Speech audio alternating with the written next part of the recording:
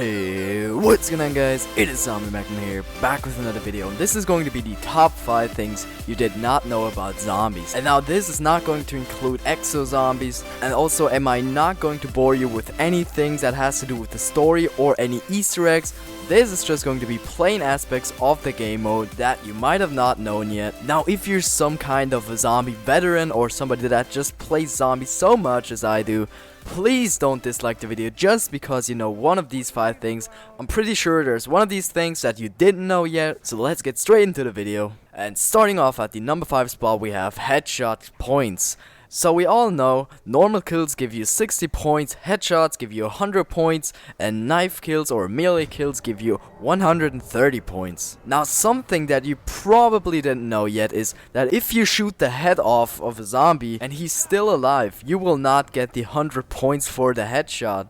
Now it will count as a headshot, but for shooting off the zombie's head, you will only get 10 points, and then for the next 7 seconds, you will get 10 points each second, and at the end of that, you get 50 points for the kill. Which is already a bit weird because the normal kill is usually 60 points. Now while the zombie is running around with no head, he's in insta-kill mode, that's what I like to call it at least. So that means he will die from every little bit of damage, and I'm sure you know that already. If you knife them, they will die. If you just shoot them with your Mauser or your pistol, hell, even if you just fart right next to them, whatever you do to them, they will die.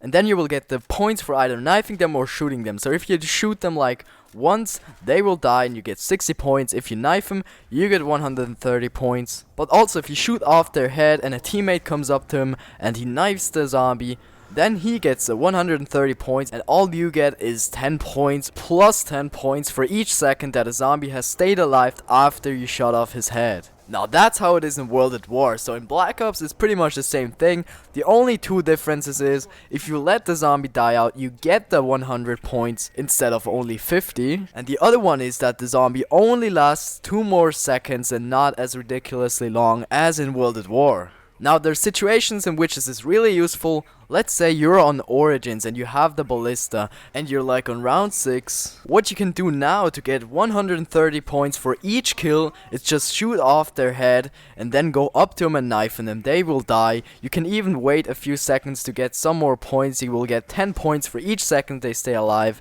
But if they die out on their own, you will only get 50 points in World at War and 100 points in Black Ops. So be aware of that and don't wait too long before knifing them. Now shooting off their head is most of the time better than just doing a headshot, because just for shooting off the head of a zombie and letting them die out on their own, you get 120 points instead of 100 for only getting a headshot. Now of course you cannot control whether you shoot off his head and he stays alive or he just dies from the headshot, because that just depends on which round you're on. But anyways, that has been it for the number 5 spot. Coming in at the number 4 spot, we have the Verrückt Runner, and you might have already heard of this and you might also already know this, but on Verrückt, the runners are faster than on any other map. Now you might have not really realized this because Verrückt isn't really the map where you train and you really realize this. You really pretty much camp on this map, and it's also not that much of a difference to the normal zombies. So that's probably why you'd have not noticed this yet. But if you train in the Thompson room, which you can do, you can realize it, because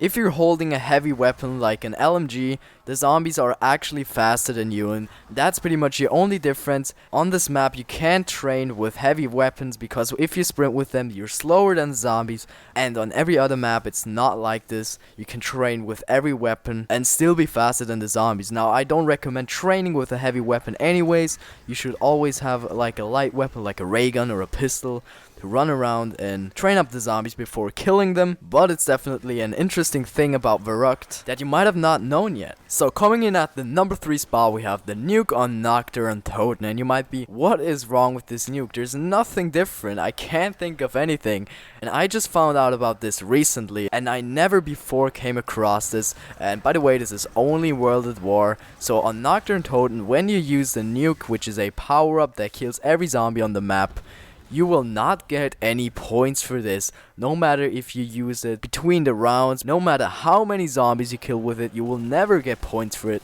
on the World at War Nacht der Untoten map.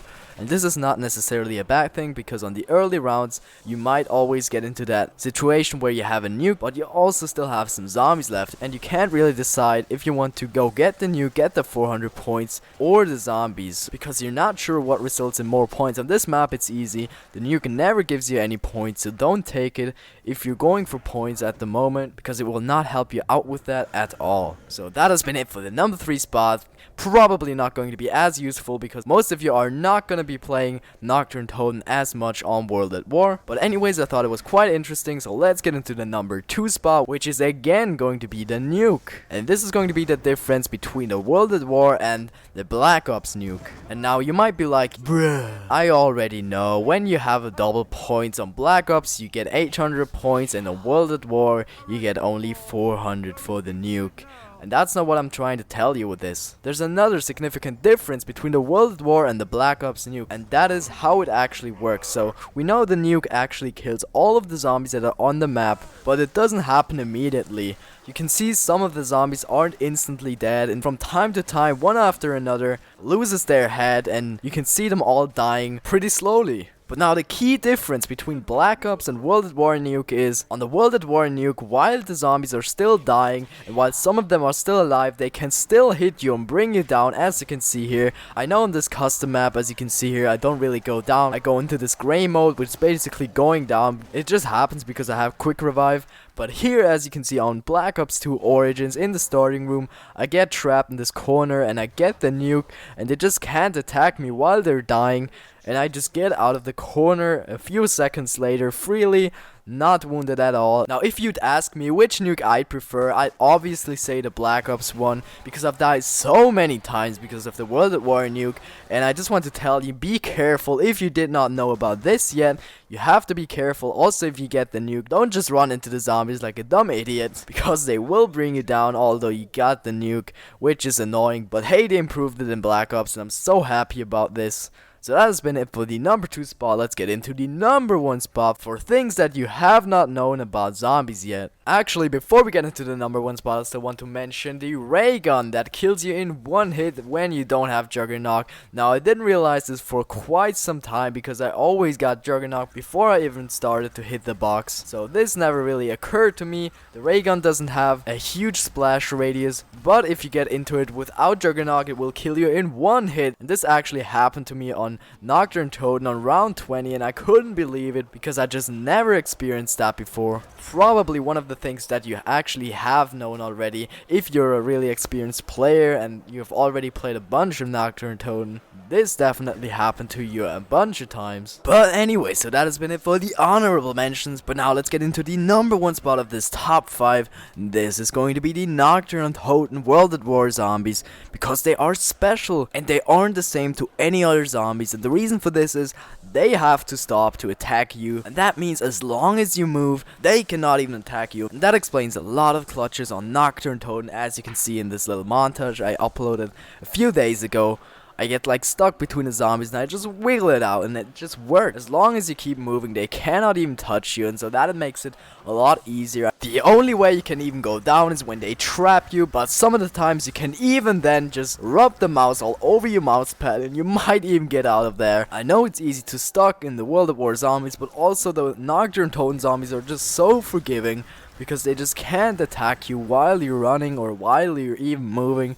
And that's why it's not even so hard to train without Juggernaut or Nocturne Totem. I can't even imagine how hard it would be if that wasn't in the game. I didn't even know about this for quite some time. That's why I also didn't play as much Nocturne Totem, because I just found it was so unbelievably hard, but actually it is not. So try this out yourself if you're scared of this map because it's too hard, because there are no perks. I just want to say go out and do it, because it's actually not too hard because of the way the zombies work. And as long as you keep moving, this map will not bring you down, and you'll make it to a high round pretty easily, since after a while you will get the routine and it's the same every time. But that has been it for this top 5, and I hope you enjoyed it, so leave a like if you did. Also, we reached our goal of 80 subscribers already this Monday, and I'm so thankful for that. We're already at 83, so that is amazing. I'm trying to go for 90 subscribers by the end of this week. If you want to play with me, my gamer tags are down in the description. So this has been Zombie Magnum, and I'll see you on my next video.